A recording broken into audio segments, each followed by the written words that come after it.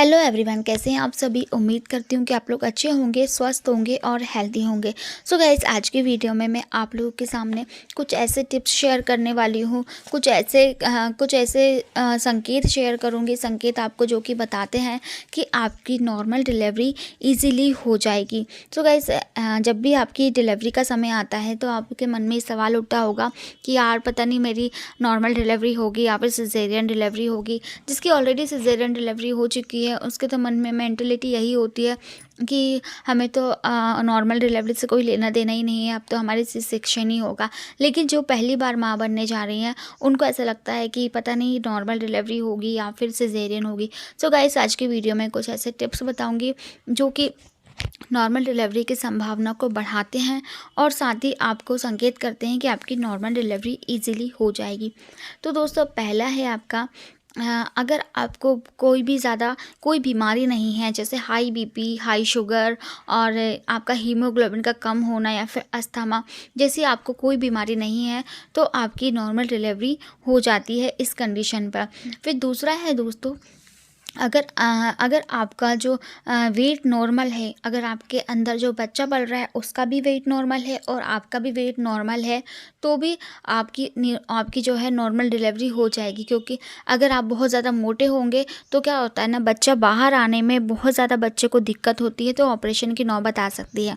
लेकिन अगर आपका वेट मेंटेन है तो इस बात की पॉसिबिलिटी ज़्यादा होती है कि आपकी जो है नॉर्मल डिलीवरी हो जाएगी। फिर एक संकेत मिलता है दोस्तों आपको, अगर आप प्रेग्नेंट है तो क्या होगा, आप गौर करना। आपका जब भी 34 वीक से लेकर 36 वीक के बीच में, मतलब 34 से लेकर 36वें वीक के बीच में क्या होगा, आपको आपका बच्चा है वो नीचे की ओर फील होगा, मतलब बच्चा हेड डाउन पोजीशन में आ जाता है 34वें वीक के बाद में।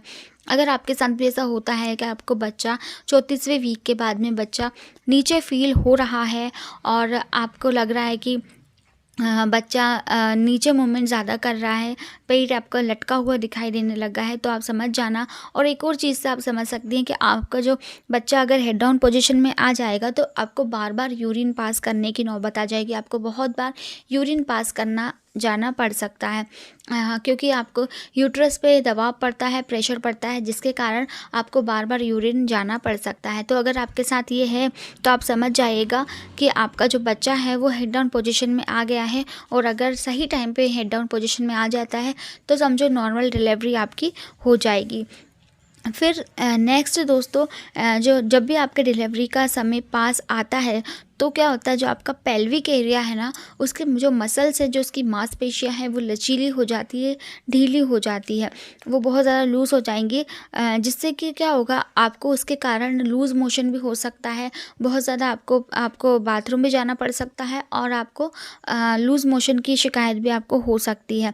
अगर आपके साथ ऐसी प्रॉब्लम है तो भी आप एक अंदाज़ा लगा सकते हैं कि आपकी नॉर्मल डिलीवरी हो जाएगी। सो गाइज़, ये कुछ ऐसे टिप्स थे जिससे कि आप ये जो अगर आपके साथ होते हैं तो ये नॉर्मल डिलीवरी की संभावना को बढ़ाते हैं।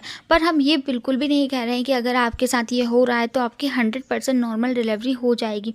क्योंकि दोस्तों, कुछ कंडीशन में क्या होता है कि स्टार्टिंग के दिनों में तो सब कुछ सही चलता है, आपका कोई प्रॉब्लम नहीं होती बॉडी में, तो आपके नॉर्मल डिलीवरी के चांसेस हो जाते हैं।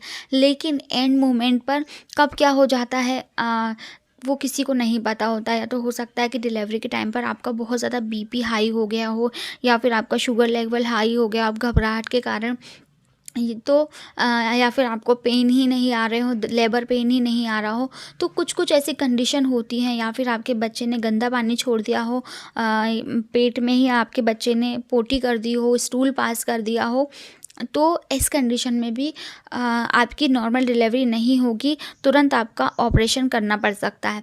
सो गाइस, आपके लिए जो सिम्टम्स हैं, जो संकेत हैं, ये बस मैंने ऐसे ही आपके जानकारी के लिए बताए हैं। बाकी आप अपने आप को मेंटली प्रिपेयर्ड करके रखिएगा कि ऐसा नहीं हो कि अगर आपको बाद में सी सेक्शन की नौबत आ जाए, डॉक्टर आपको बोले कि आपका सी सेक्शन करना पड़ सकता है, तो आपको घबराना नहीं है, आपको मेंटली प्रिपेयर्ड होना है।